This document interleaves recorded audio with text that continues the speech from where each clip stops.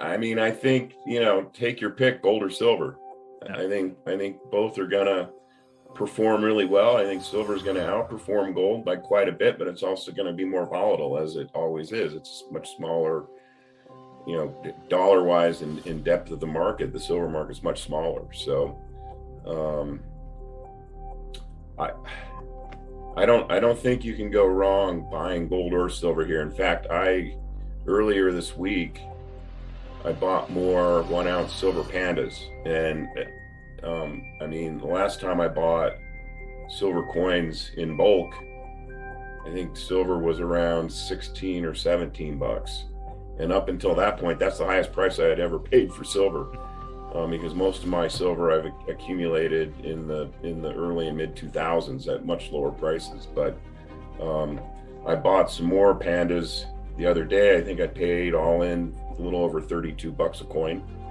And that's by far the highest I've ever paid. And the reason why I'm willing to do that is I felt more comfortable moving some of my excess cash in my bank account into metal, because I think silver is going to go a lot higher from here. Interesting. Yeah, I was going to ask you for your motivation. What triggered it? Because $32, that's an $8 premium over spot. Of course, you got the mint costs and everything as well associated. Well, yeah, pandas and American eagles trade at big premiums. I mean, even now the premiums have come down a lot, but there's the premiums are still pretty high. It was still $2 a coin cheaper than American silver eagles. So interesting. Like, now curious, like probably getting way off topic here, but why not just buy 100 ounce or 1,000 ounce bars? Well, that's a fair question. I like having the coins. I think at some point the price premium on bullion coins. When I say bullion coins, I mean official sovereign minted coins, gold and silver. I think at some point before the bull cycle that we're going into in the precious metal sector is over, I think we'll see premiums on coins at 100%. I mean, a couple months ago we saw 60% premiums on silver eagles. So we're not that far away from it. But that's I think we're going to get into a point, especially as central banks blink in their game of chicken with the interest rate market. As central banks pivot and start printing more money, I think we're going to get into a situation like we saw in Germany in the early 20s, when people were doing, converting their German marks into anything that was a hard good or asset. So, and at some point, I think there's going to become a major scarcity of supply of bullion coins.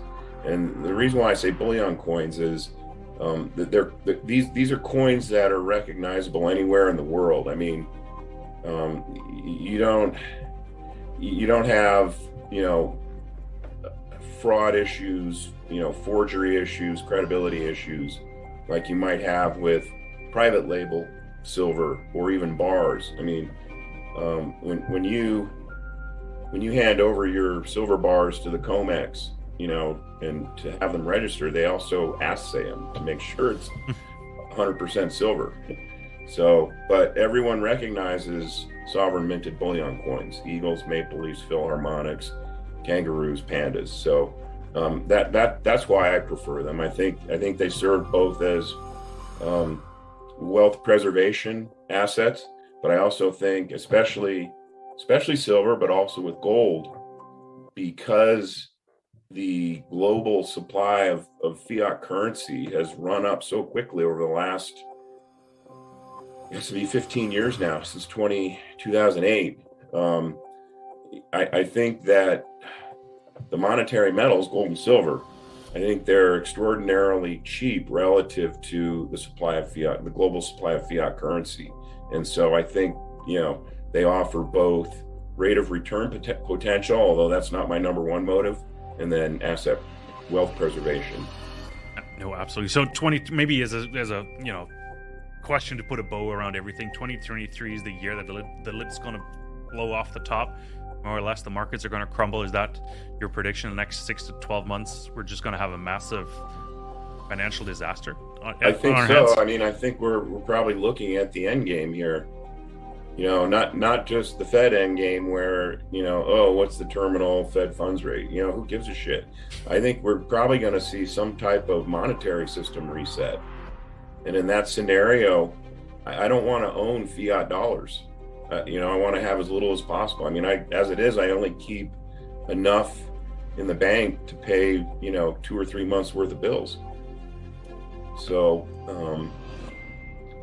say there's probably a good possibility that I'll be buying a lot more gold and silver bullion coins over the next couple months.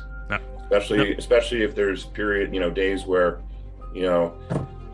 we have a massive sell-off in the sector for whatever reason.